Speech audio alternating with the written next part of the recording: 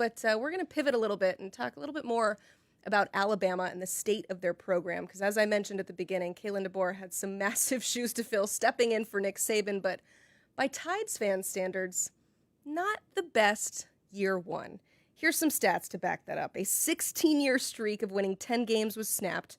3 losses versus unranked teams for the first time since '07. They finished outside the top 10 in the college football playoff poll for just the second time ever, and it was the lowest finish in the polls since 2007. So when we had our Iron Bowl debate with Ronnie Brown, Damian Harris, and Smoke Dixon last week, the conversation kind of turned toward diagnosing Alabama's culture problem. Take a listen. Damon, you were there with Nick Saban, and culturally you guys were locked in. If you had to give any advice to Coach DeBoer and Courtney Morgan, the general manager of Alabama, what advice would you give them? Get off Snapchat with these players and start getting on them to focus on the fundamentals, the techniques, and just caring about what it takes to be complete football players. Because we made a lot of good points here. There's NIL. There's people worried about getting drafted. Hell, now we're living in an era where guys are thinking about sitting out in order to, protect themselves for the next level. One thing that really, really bothered me, and I promise I'm not trying to talk just negatively about Alabama. I'm just speaking openly and from the heart. Some things that really rubbed me the wrong way last year was reports from Kalen DeBoer, CJ Dupree, other guys who were big parts of this program talking about, oh yeah, we've started to let some of the fundamentals slip. Yeah, guys aren't showing up on time to workouts. Guys aren't tucking in their shirts anymore. Guys are wearing a ton of jewelry. Now, I hate to compare the then to the now, but none of that stuff would have ever happened with Nick Saban because we were so bought into the process of doing what he said and abiding by the process that he was setting in front of us because we knew that he knew the ins and outs of the game. We knew he was going to teach us how to be true professionals for when we got to the next level. I mean, one thing he used to always tell us is, you guys want to get drafted high? Well, you've got to play well. You can't worry about what your draft grade is. You can't worry about how many times you get the ball because at the end of the day, if you're not getting the ball as much as you want, but we're having team success, that's going to look better on you. And he just had so many different mechanisms to get us outside of ourselves and inside of the team. And when I look at today's era of college football, and especially at Alabama, because this is the team that I watch and care about the most, I see too many individuals trying to come together and complete a goal without the idea of we all have to be one, essentially. We have to step out of ourselves, step into the oneness of the team, and all do our part to make this one team, this one side of the ball, whether it's offense, defense, special teams. We have to do whatever we can to be bought in. That way we can be our best selves, we can pour into that cup, and that cup can start to run over. There's just too much selfishness. There's too much, focus on TikTok dances, NIL, just things that don't really matter, that ultimately, once you get to the next level, aren't going to serve you any purpose. And I think that it's creating a bad brand of football across the entire NCAA, but for Alabama, it definitely bit them in the rear ends this past season. So again, get off Snapchat, get these guys focused on the fundamentals, the techniques, the details of each play, of each position, and then once guys are bought into that process, then they'll put it out on the field. Then you'll have the outcome that you want. Yeah, D. Harris, I saw it on the sideline where there's one coach. I don't know who this guy is. Hopefully, I meet him one day. He had every single chain on for every single kid. It's like, what are we doing? Are you? So basically. Look, now you got Ron. Look at Ronnie. Hear me out, because this is what bothers me now. Y'all about to get me fired up now. Look, I'm enjoying this a little bit. Ronnie, you go into a game. You go into a game, right?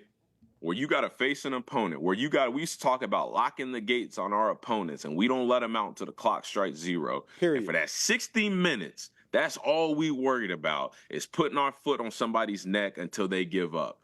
But now we're like, all right, hey, before I go out here, hey, bro, hey, hold on, hey, take my chain real quick. That way, once the game is over, I can put it on and I can, you know what I'm saying? I can get flicked up. I can get my pictures. Everybody can see my diamonds dancing. It's like, what are you really thinking about? Like, are you locked into what you got to do for the next 60 minutes? Because listen, I know we all come from an era of where if you don't step on that field ready to punch somebody in the mouth, somebody gonna punch you in the mouth. Am I right or am I wrong? You are 100% right. correct. If you don't step right, on that right. field ready to go, you gonna get punched in the mouth.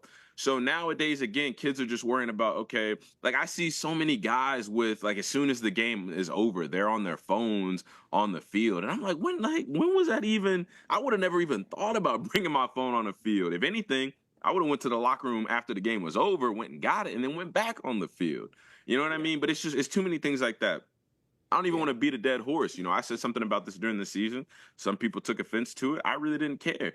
There was an addition. Now, Proud, I think me and you even talked about this, where whenever we went into Knoxville, went into Neyland Stadium, and there was a coach smoking a cigar on the way, like walking into the stadium. Like, come on, man, you can't do that. That is the definition of putting the cart before the horse, and then you turn around and lose. And now after that, coaches, players are sitting here talking about like, yeah, man, you know, we've lost the fundamentals, we've lost the details. You know, guys aren't on time for workouts, and I'm just like, well, it makes sense why you're getting the result that you're getting, and it makes sense why people are disappointed. So there's an easy fix. Like this isn't rocket science here. What Coach Saban did, what guys like Bill Belichick have done, all the other great coaches that have, you know, developed dynasties. You know, Dabo Sweeney did it at Clemson. It's not hard. You just have a good program, you have a good plan, you have a good blueprint and foundation for these kids. You get them to buy in. The ones who don't want to buy into it, you just kindly and politely open the door because they'll find their way walking out of it. And then you just take the guys who you have who are bought into your process and committed to what you have going on, and you just continue to just sharpen the iron and sharpen the iron and sharpen the details of the plays that you run, you know, how you scheme up for each team, all of that stuff. But that's secondary to just having the players bought in to what it actually takes to be successful. And again, that's fundamentals, that's discipline, that's execution, that's understanding why you're doing what you're doing. And quite frankly, just the game being more important to you than whether it be draft stock for that particular week, or whether it's bringing your chain out or having your phone on the field for post game media access, like all of that stuff, we can do without that. I think we can all agree that we can do without that extra stuff. Yeah, and I think we'll agree again. I think too a big part of that, man, is the game has changed. One, you got probably the greatest coach here again, arguably in college football to ever coach the game of sports. So that's a hard act to follow. But then you look at it, the nature of it. I do believe, you know, with Coach Saban, he said the standard is the standard, right? That's for everybody, from his little Debbie and his coffee in the morning. You know, the standard is the standard, right? Like, and he let everybody know for even the details of that. But then I think a lot of these coaches have gone to the I mentality, right? It's Coach Saban understood better than anybody, probably. Like, good players win ball games, right? I coach them up, but I got to get the players in here.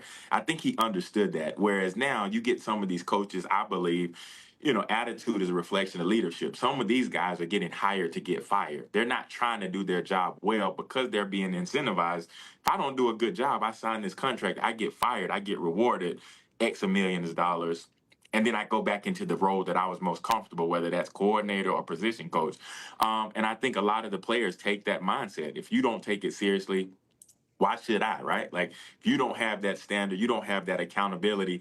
You know, one thing about when I talk to a lot of young guys, I'm like, hey, man, the way to get to the NFL is being good at your craft, mastering that craft, but being great at the things that don't take talent. That's attitude, attention, and effort, and then punctuality. Like, and so I think you lose the element of that because you get a Coach Saban who harps on the details, right? Like, and he thinks everything matters until it matters. And so the one time you think it's not going to matter. And so you're starting to get a little bit loss of that or lackadaisicalness, I think, at the top.